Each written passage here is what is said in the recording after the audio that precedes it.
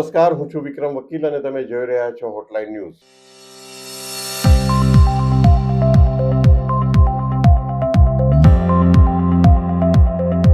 હું નાથુરામ ગોડસે આ નામનું એક ગુજરાતી નાટક ભજવાઈ રહ્યું છે. મુંબઈમાં એના ઘણા સફળ શો થયા છે. સુરત અને વડોદરામાં પણ ભજવાઈ ગયું અને આ નાટક મૂળ મરાઠી નાટકમાંથી ટ્રાન્સલેશન કરવામાં આવ્યું છે. એનું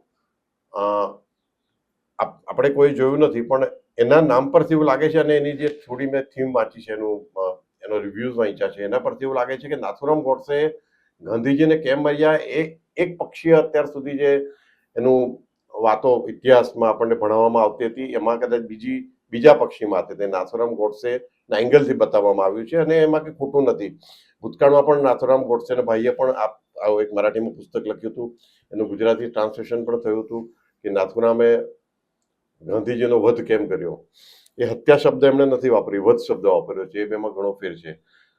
પણ હવે તકલીફ એ થઈ કે આ નાટક જ્યારે ગુજરાતમાં રિલીઝ થયું ત્યારે રાજકોટ અને જામનગર અને હવે અમદાવાદમાં પણ કોંગ્રેસના કાર્યકરો એનો ભારે વિરોધ કરી રહ્યા છે. એમનું માનવું છે કે નાથુરામ ગોડસેને ગ્લોરીફાઈ કરવામાં આવ્યો છે નાટક દ્વારા. આ ફક્ત એક નાટક છે અને વૈચારિક સ્વતંત્રતા દરેકને હોવી જોઈએ એ વાત મોટી ગાંધીવાદીઓ કરે છે અને કોંગ્રેસીઓ જ મોટેભાગના ગાંધીવાદીઓ છે એવું કહેવામાં આવે છે. જેમ કે પ્રકાશ શાહ, એ આ હિંસા બાબતે કંઈ નહીં બોલ્યા. ગાંધીજી તો હિંસાના પૂજારી હતા અને હિંસાની વિરોધી હતા.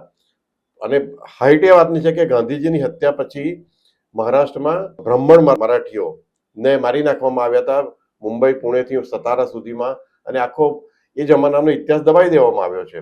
એટલે આ બધી અહિંસાની વાતો ફક્ત પુસ્તકોમાં જ રહી જાય છે. ખરેખર અહિંસાના ફોલોઅર્સ કોઈ સાચા છે જ નહીં અને ગાંધીવાદીઓ તો આજે કોઈ રહ્યા જ નથી. એ જમાનામાં પણ કોઈ નહોતા. એટલે આજે હિંસાત્મક આંદોલન કર્યું આ લોકોએ, તોડફોડ કરી સ્ટેજ પર જઈને અને નાટક સાથે સંકળાયેલી કેટલીક વ્યક્તિઓને મારવાનો પ્રયત્ન કર્યો. એ ખૂબ જ દુઃખદ અને આઘાતજનક છે. આ બાબતે આપણી સાથે ચર્ચા કરશે જાણીતા પત્રકાર કિરીટભાઈ ત્રિવેદી. કિરીટભાઈ, આપનું સ્વાગત છે. જી, ધન્યવાદ સાહેબ. કિરીટભાઈ, એક તરફ ગાંધીવાદીઓ વાણી સ્વાતંત્ર્યની વાત કરે છે, લોકશાહીની વાતો કરે છે, બંધારણની વાતો કરે છે, અને બીજી તરફ જ્યારે એમની વિચારધારાથી થોડુંક વિપરીત કંઈ થાય કે કોઈ પુસ્તક લખાય કે નાટક ભજવાય કે ફિલ્મ બનાવવામાં આવે ત્યારે સૌથી મોટો નાટકીય વિરોધ, હું નાટકનો વિરોધ કરતા એમનું જે એક ડ્રામા જ છે આ પ્રકારનું. સાચું ગાંધી માટેનો કોઈને પ્રેમ છે નહીં કોંગ્રેસમાંથી. ત્યારે આવું જે કરે છે એના માટે એ લોકો થોડી ઘણી નોંધ લેવાય છે, ન્યુસન્સ વેલ્યુ બની જાય છે, પણ હાસ્યાસ્પદ પણ બની જાય છે આવા કોંગ્રેસ. અત્યારની કોંગ્રેસ એ ગાંધીજીની કોંગ્રેસ છે જ નહીં. પહેલી વસ્તુ તો આ કોંગ્રેસીઓએ પણ સમજી લેવું જોઈએ. કોંગ્રેસનું વિભાજન થઈ ગયું હતું, મોરારજી દેસાઈ એમાંથી અલગ પડ્યા અને એમણે જનતા પાર્ટીની સ્થાપના કરી. એટલે આ તો ઇન્દિરા ગાંધીની કોંગ્રેસ છે. કોંગ્રેસ આઈ લખતા એ લોકો પહેલા, હવે આઈ નીકળી ગયું છે. આ ઇન્દિરા કોંગ્રેસ છે ને એને ગાંધી હાથે કોઈ જ લેવા દેવા નથી, અટક સિવાય, સરનેમ સિવાય. બીજી વસ્તુ કે ગાંધીના હત્યા શા માટે, ગાંધી વધ ક્યું, એવું ગોપાલ ગોડસેનું પુસ્તક છે, નથુરામ ગોડસેના ભાઈ. અને એ પુસ્તકની અંદર આ બધો જ ચિતાર આપ્યો છે. ને વિક્રમભાઈ, જે લોકો ઇતિહાસ, આજની પેઢી કદાચ ખાસ કરીને આપણે જે જેનજી છે એ લોકો કદાચ આ વસ્તુ વાંચશે કે ગાંધી વધ ક્યું, તો એ લોકોને ખબર પડશે કે આ ગાંધીજી કેટલી હદે પાકિસ્તાન તરફી નિર્ણયો લેતા હતા અને કોમ્યુનલ રાઇટ્સમાં કેવી રીતે હિન્દુઓ મરી જાય એના પ્રયત્નો કરતા હતા. વિક્રમભાઈ, એક નવાઈની વાત એ પણ છે કે પાકિસ્તાનથી, પૂર્વ પાકિસ્તાનથી પશ્ચિમ પાકિસ્તાન એટલે કે આજના બાંગ્લાદેશને અને પાકિસ્તાનને જોડતો એક નેશનલ હાઈવે ગુજરાતથી લઈ અને છેક બંગાળ સુધી આમ કાઢવો એવો પણ એક ઠરાવ હતો. હવે એ હાઈવે બન્યો હતો અત્યારે તમારા દેશના કેટલા ટુકડા થઈ ગયા હોત. આ ગાંધીજીની પ્રપોઝલ હતી. એના ઉપર વાત કરો કોંગ્રેસ વાળા આગળ આવીને. બીજું કે દરેક સિક્કાની બે બાજુ હોય, એક પોઝિટિવ સાઈડ હોય, એક નેગેટિવ સાઈડ હોય. ગાંધીજીની હત્યા થઈ એનું દુઃખ હોય, તમામ દેશવાસીઓને દુઃખ હોય. તમામ દેશવાસીઓને માટે એ રાષ્ટ્રપિતા હતા, છે અને રહેવાના જ છે, એમાં કોઈ બેમત નથી. પરંતુ નથુરામ ગોડસે કયા સંજોગોમાં એની હત્યા કરી, એનું મનોમંથન શું હતું, એના માટેનો પ્લાનિંગ કઈ રીતે કર્યું, શા માટે એને આ નિર્ણય લેવો પડ્યો કે હું ગાંધીજીને આ રીતે ગોળી મારી દઈશ કે એમની હત્યા કરીશ. એ મૂળમાં ઉતરવાને બદલે આ ઉછાછળા નેતાઓ કે બની બેઠેલા કોંગ્રેસના સૂંઠના ગાંગડે ગાંધી બનેલા નેતાઓ, એ લોકો આનો વિરોધ કરે વ્યાજબી નથી, કેમ કે એ લોકો ગાંધીને સમજી જ નથી શક્યા. જો તમે ગાંધીને સમજી શક્યા હો તો તમારામાં આ હિંસક વૃત્તિ આવે જ નહીં. તમે બીજી રીતે વિરોધ કરો એનો.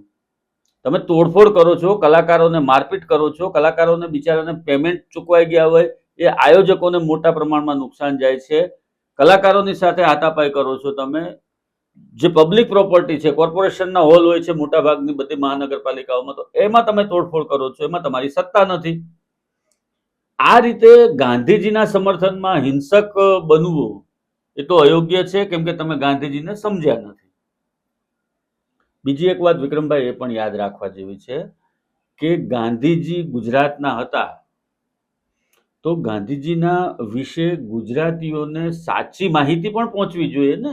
અને આ નાટકમાં કોઈ વસ્તુ એને કોઈ ખિસ્સામાંથી તો કોઈ લેખકે નાખેલી હોય જ નહીં. જે ઘટના બની છે, જે આપણો ઇતિહાસ છે, એની જ વાત કરવામાં આવે છે.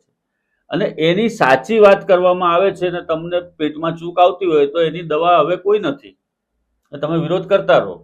મહાત્મા ગાંધી હતા, એ મહાન હતા, એ સ્વીકારવું પડે. પણ એમણે જે નિર્ણયો લઈ દેશના વિભાજનથી માંડી અને ત્યાર પછીના કોમ્યુનલ રાયોટ્સથી માંડી અને પાકિસ્તાનને 55 કરોડ રૂપિયા એ સમયમાં આપવાની વાતથી માંડી અને આ નેશનલ એક ઇન્ટરનેશનલ હાઈવે પસાર કરવો પાકિસ્તાનથી બાંગ્લાદેશને જોડતો, પૂર્વ પાકિસ્તાન ને પશ્ચિમ પાકિસ્તાનને, આ બધી જોગવાઈઓ વિશે તમે વિચારો, એના ઉપર ચિંતન કરો તો આ દેશને શું મળત, આપણી અત્યારની જે એકતા ને અખંડિતતા છે એની શું હાલત થઈ હોત.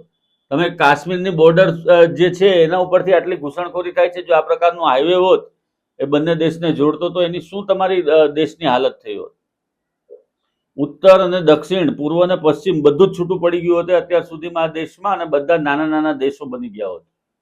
આ ખૂબ ગંભીર બાબત હતી અને આવા નિર્ણયો એને મુસ્લિમોને રાજી કરવા માટે લીધા હતા. હિન્દુઓનું હિત એને ક્યારેય વિચાર્યું જ નહોતું. માફ કરો, તમે મોટા છો, તમે મોટા ભાઈ છો, આવા બધા જે વાસ્તવિક વાતો છે ઇતિહાસની. અને હું તો કહું છું કે અશ્વિની ભટ્ટે બુકનું અનુવાદ કર્યો છે ગુજરાતીમાં, ફ્રીડમ એટ મિડનાઇટ, અડધી રાતે આઝાદી. એ બુક વાંચો તો પણ તમને ઘણો બધો ખ્યાલ આવશે. 70% જેટલી આઝાદી સમયના દેશની પરિસ્થિતિની વાસ્તવિકતા તમને ખ્યાલ આવશે. અને આ રીતે વિરોધ કરવો આ તો અયોગ્ય બાબત છે. અને કલા પ્રદર્શિત કરે છે તો તમે તમામ નાટકનો વિરોધ કરશો ને. તો સામાજિક બાબતોમાં પણ ઘણા નાટકો એવા આવે છે, 2 બૈરી ને 4 બૈરી બતાવે છે એમાં, તો એ સામાજિક રીતે પણ એનો વિરોધ કરો તમે લોકો. નાટકોના વિરોધ આ રીતે થઈ શકે એવું ગુજરાતમાં જ બની શકે કદાચ, અથવા તો. અને કિરીટભાઈ, જ્યારે હમણાં રાષ્ટ્રીય કક્ષાએ પણ વિવાદ ચાલી રહ્યો છે પુસ્તકો બાબતોનો, ત્યારે કોંગ્રેસે કેટલા પુસ્તકો પર પ્રતિબંધ મૂક્યો હતો એની યાદી પણ હમણાં ભાજપના એક સાંસદે જાહેર કરી હતી, સંસદમાં જ જાહેર કરી હતી. રેકોર્ડ પણ નહોતો લેવામાં આવ્યો આખો એમનું જે પ્રવચન હતું એ. તો એ રીતે આ કોંગ્રેસ ડબલ સ્ટેન્ડર્ડ, ઇમરજન્સી વખતે આંધી જેવી ફિલ્મોને પ્રતિબંધ મૂકવામાં આવ્યો હતો, કે એક બીજી પણ એક ફિલ્મ આવી હતી એને પણ પ્રતિબંધ મૂકવામાં આવેલો, પોલિટિકલ ફિલ્મ હતી કિસ્સા કુર્સિકા. તો એ રીતે હવે ફરીથી જો કોંગ્રેસ હમણાં સત્તામાં નથી છતાં પણ જો આ રીતે કોઈ કલાકૃતિને, એ કૃતિને અટકાવી શકતો હોય દાદાગીરીથી, ગુંડાગીરીથી, તો આવતીકાલે જો સત્તા પર જો કોંગ્રેસ આવે તો કોઈને બોલવાની સ્વતંત્રતા પણ નહીં રહે. એટલી ખરાબ પરિસ્થિતિ આવીને ઉભી રહે. જોઈએ હવે કિરીટભાઈ, હવે આપણે આ તો આ એક કિસ્સો થયો, ભૂતકાળમાં પણ કોંગ્રેસ એવું કર્યું છે, ભવિષ્યમાં પણ કરશે. પણ કોંગ્રેસની સાહેબ એક મિનિટ, કોંગ્રેસની એક જ માનસિકતા છે, પ્રજાને ગુમરાહ કરવી અને એના ઉપર શાસન ચલાવવું. આ રાહુલ ગાંધી 100 વાત કે એમાંથી કેટલી વાતમાં એ સાચા ઠર્યા છે અત્યાર સુધીમાં. હમણાં સુધી બંધારણ લઈને ફરતા હતા, એના સિવાયના પણ એના તમામ પ્રોપેગન્ડાઓ ખુલ્લા પડી ગયા છે. તમામ પ્રોપેગન્ડાઓ એને જે કર્યા છે એ બધા જ ખુલ્લા પડી ગયા છે, કેમ કે એનો બેઝ જૂઠ ઉપર આધારિત હોય છે. જૂઠી વાતો ફેલાવવી, મોટેથી બોલવું, આ બધી કોંગ્રેસનું કલ્ચર છે અત્યારની કોંગ્રેસનું. એક તો અક્કલનો છાંટો ન હોય અને પાછા નિવેદનો આપવા. કોને નથી એ તો બધાને ખબર જ છે કે કેવી રીતે નિવેદનો આપે છે. કોઈ બેઝ વગરની વાત કરો છો તમે, પ્રજાની પાસે જાઓ છો. દેશની સિક્યુરિટીની બાબત હોય તો પણ તમારા નિવેદનો હાસ્યાસ્પદ ઠરે છે. પાકિસ્તાનના ડોઝિયરની અંદર તમારા નિવેદનો પબ્લિશ થાય છે. આનાથી વધારે શરમજનક બાબત બીજી શું હોઈ શકે? તમારા નિવેદનો પાકિસ્તાનના ડોઝિયરમાં પબ્લિશ થાય એટલે તમે ખુલ્લેઆમ એને સપોર્ટ કરો છો આપણા દુશ્મન દેશને, એવું એનો સીધો મતલબ થાય. આવા અસંખ્ય ઘટનાઓ છે આવી કે છેલ્લા 50-75 વર્ષની અંદર આ લોકોએ આ દેશને ઘોર ખોદવામાં કંઈ બાકી નથી રાખ્યું, કાંડ કરવામાં કંઈ બાકી નથી રાખ્યું, ભ્રષ્ટાચાર કરવામાં કંઈ બાકી નથી રાખ્યું, અને હજી એને પાછી સત્તા જોઈએ છે. જી કિરીટભાઈ, થેન્ક યુ વેરી મચ. આવા પ્રકારના વિડીયો તમને જોવા ગમતા હોય તો હોટલાઇન ન્યૂઝ ચેનલને લાઇક, શેર અને સબસ્ક્રાઇબ કરો.